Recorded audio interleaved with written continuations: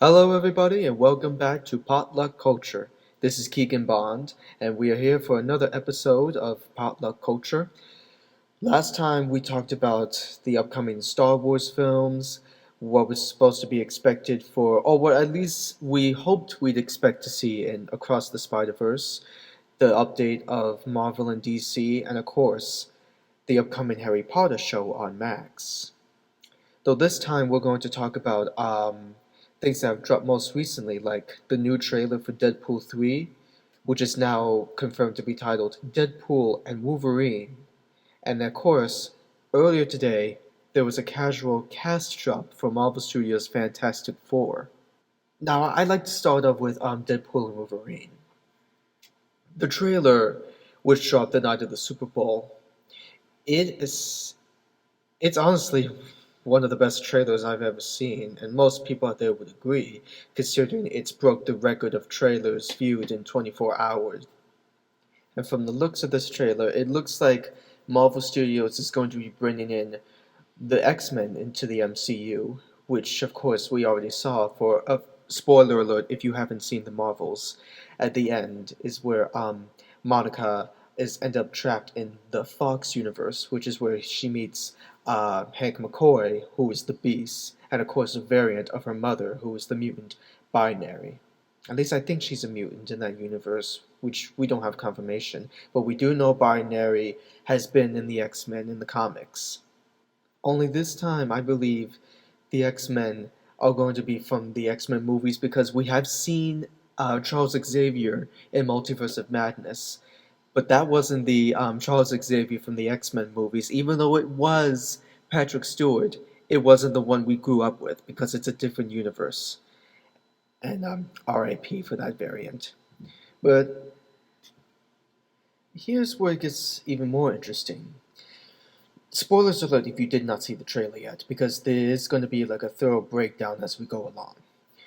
We do start off with what looks like Deadpool's birthday in his universe. And it looks like his time heist. I'm sorry I had to say that because it's such a callback. But no, his time heist when he took Cable's time watch.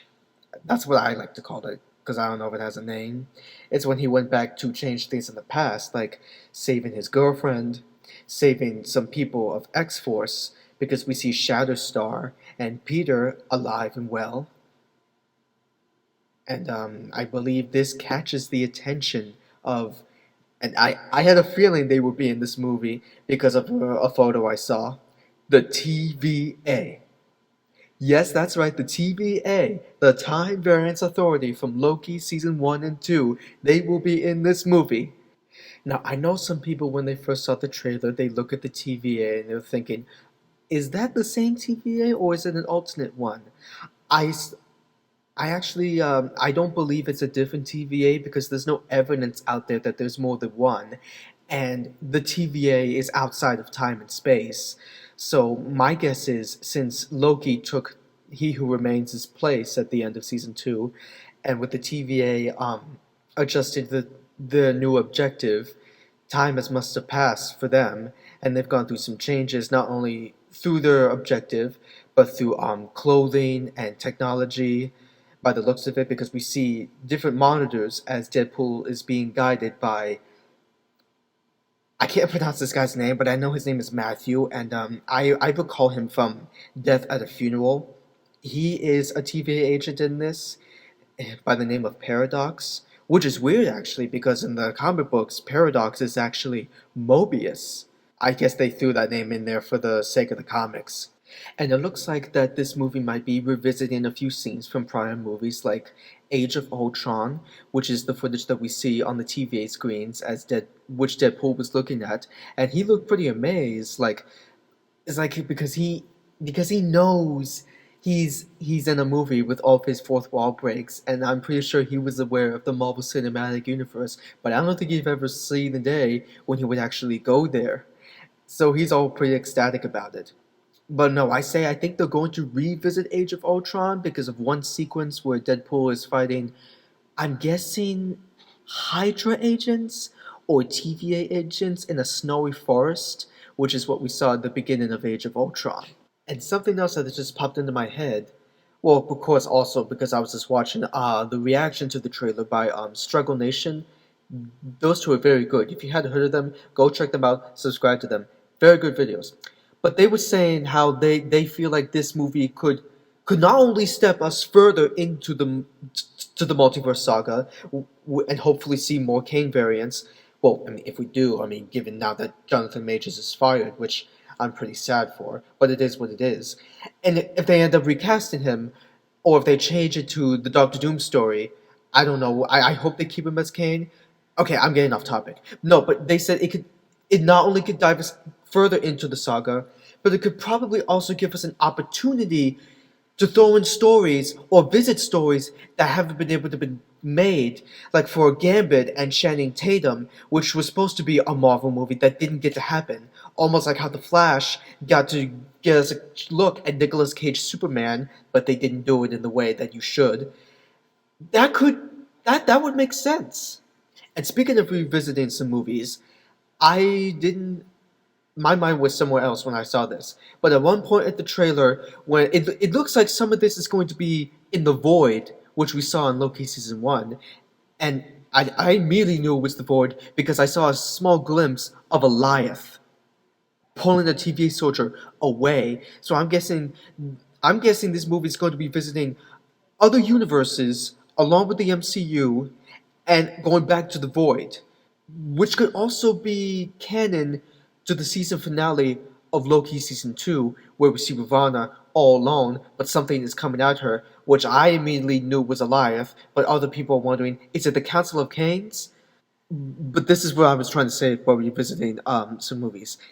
I saw this in The Void, where one character who was screaming, I love this part, I immediately thought that was Brad or Zaniac or Hunter X5 because I recognized that face. But I did further research, but that's actually, I know his name is Aaron, but I can't pronounce his last name, but he was Pyro in the first 3 X-Men movies. He is coming back along with, yes, he's not the only person from the original movies who's coming back. Hugh Jackman is coming back as Wolverine. No surprise there. But this could be, I don't know if this is the Wolverine from the X-Men movies or Logan or an alternate version. It's still him because it's Hugh Jackman, but he's got the OG yellow and blue suit. We do see some glimpses of him in the Void, which was where the 20th Century Fox logo was in the Rebels, which we all know from that leaked video that looked like they were finding in the Void, which is where my mind went. And I'm guessing he's not going to be the only Wolverine in the movie because we do see, I, I think we think that it's Wolverine in a white suit. It's we know because of his hair. I immediately thought it was going to be Beast again, Hank McCoy, but my mind was thinking maybe that could be a variant of Wolverine, but it's a different actor. Like, because I remember a conversation that my little brother had with me and my mother of how Daniel Radcliffe could be a good choice to play Wolverine in the MCU because I think this is going to be a farewell to Hugh Jackman's Wolverine. Now, I agree with my brother that Daniel could be a good Wolverine because, well, first off, he keeps his beard just so people can recognize that he's older than he looks because we all know him as the little boy who said who was told you're a wizard, Harry, and that already got his name out there. But if he gets a major role like this again, he is set for life. But going back to how I think he could be a good Wolverine, he looks like the perfect height for it because in the comic books, Wolverine's a short guy, so it is possible we could see Daniel as a variant of Wolverine. And of course, we're going to see a variant of Deadpool with with long hair, which I'm guessing is a samurai version of him. Anything's possible in the multiverse. There's no boundaries. My only hope for this movie is that I hope the story is going to be great because this movie was put on hold due to the writers and actors strikes in 2023, which was which was a hell of a beat for me, pardon my French. But it got resolved and they got finished. They went back to filming it. But I hope the visuals are good because I did see some. some of the graphics were a bit wonky, like that dish in the void, which is where people are assuming that's Doctor Doom in there. But I don't think that was. It's probably someone in the void who is pruned and is fighting for their lives because of Eliath. But other than that, I think this movie it's going to be the perfect setup for what is to come and what could save Marvel from what they've been through for the past few years. But now going forward with the Marvel topic. Earlier today, for Valentine's Day, and I'm guessing they did this for us, Marvel Studios has just I didn't see this coming. I didn't think any of us saw this coming, but they just dropped the cast for the Fantastic Four film, which we have been dying to hear about. Not only that, but I think they just changed the design for the logo for Fantastic Four because since it was announced that Marvel Studios was going to have Fantastic Four, it was just a number 4, which was similar to the 4 we saw on the chest of John Krasinski in Doctor Strange Multiverse of Madness. Now, I will admit, when I saw John Krasinski as Reed Richards in that movie, I was happy because I have seen people out there fan casting him and his wife Emily Blunt as Reed and Susan. But I'm guessing this is going. I'm guessing that is what's going to hold people back from wanting to see this film or give it backlash because the cast is not what most people are expecting. But personally, I think I'm fine with this cast, which is which is which is confirmed. Pedro Pascal, who is the Mandalorian and who we saw in Wonder Woman 1984, and some of you might know him from The Last of Us. I haven't seen the show, but I know that's what he's in. He is officially cast as Reed Richards. And for Susan Storm, it's Vanessa Kirby. I don't really know much about her. And we have Joseph Quinn, who I didn't recognize him, but I recognize him from Stranger Things as the kid with the long hair who played the guitar and who was accused of all those murders, but who saved their lives in the Upside Down. I don't know if he's going to be Ben or Johnny Storm because there's also his name. His name is weird. It's Eben Moss Backrock. I'm pretty sure that's his name. Correct me in the comments if I'm saying his name right or wrong. I don't know if he's going to be Johnny or the Thing. But that's the overall people we know so far to be in this movie. And it looks like the little robot from I can't remember what cartoon series it was from, but he is part of the Fantastic Four, at least some variations of it. The little robot, I think his name is Archie or Arby. I don't know if I'm saying this name right. Please tell me if I'm saying it right.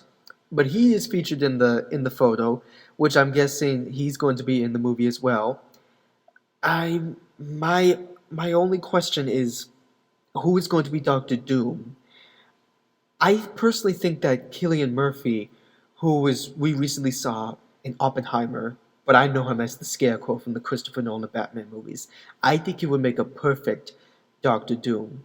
But then I'm thinking again, the Fantastic Four has a crucial connection to Kang the Conqueror, who I'm hoping is still going to be the big bad of this saga, because Kang is a direct descendant of Reed Richards and Victor Von Doom.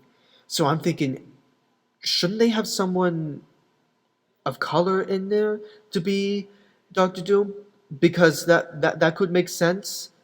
I mean, I don't know how some people are going to take that, but I'm just saying that because I'm getting off topic. From the looks of this photo, again, looking at their clothes, I'm assuming these are their casual clothes. I don't know if it's their official uniforms or not, but it looks like this variation of the Fantastic Four, which I hope does well and stays comic book accurate, unlike the previous films, except for that one movie from 1994, which I personally love. I think they're basing the uniforms off of that movie because they got the blue and white and not the blue and black. And I think their four is changed. Like I said, because they changed the logo because it's different from the John Krasinski uniform. That's where I'm guessing they're going with this story. And my only concern is, are they going to, are they from the Marvel Cinematic Universe? Well, it is a Marvel Studios film, but are they gonna just throw them in there or find a way to bring them in with ease, like how the TVA brings Deadpool into the Marvel Cinematic Universe? That's what I'm hoping they're doing. Like originally, I thought they were stuck in the quantum realm, which is where I believe most people were thinking because there was a little city in the quantum realm. I'm hoping that's. I don't know if they're gonna stick with that or if they're still trying to figure it out, like writing wise. But I just hope they do it good, and I'm excited to how it's going to take us further into the multiverse saga, and how it will finally make sense that we have Kane as a villain because you cannot have a Kane without the Fantastic Four, and you cannot have a Secret Wars without Doctor Doom, who is a crucial villain in the comic books. But I don't know where they're going with this. I don't know if they're going to base it off the original comic book story or if they're going to make it a combination of the original storyline and the 2015 version, because that one had to do with the multiverse and lots of other variants of heroes and villains. But it can go either which way. We're just gonna have to wait until Phase 6 comes. Which reminds me, these two movies, it looks like they're going to stay in Phase 5. And the Fantastic Four won't be released until July of 2025. Which is crazy because Deadpool and Wolverine is supposed to be released in July of this year. But that is the only Marvel Cinematic Universe movie that's going to be dropped this year, apart from unless you count some of the other Marvel movies like Craven, Madam Web, and Venom 3 as part of the MCU, because given the fact of what happened in Spider-Man No Way Home, how those movies are now officially canon to the MCU. I don't know, we're just gonna have to wait and see what that is. But yeah, that is all I wanted to talk about on this episode of Potluck Culture. Be sure to like, share your thoughts, comment and subscribe with your friends and families. Spread word about this podcast. I would really appreciate it if more people out there got attention from this podcast for the algorithm and for the likes. Have a good day. Have a happy good Valentine's Day. And I will see you next time.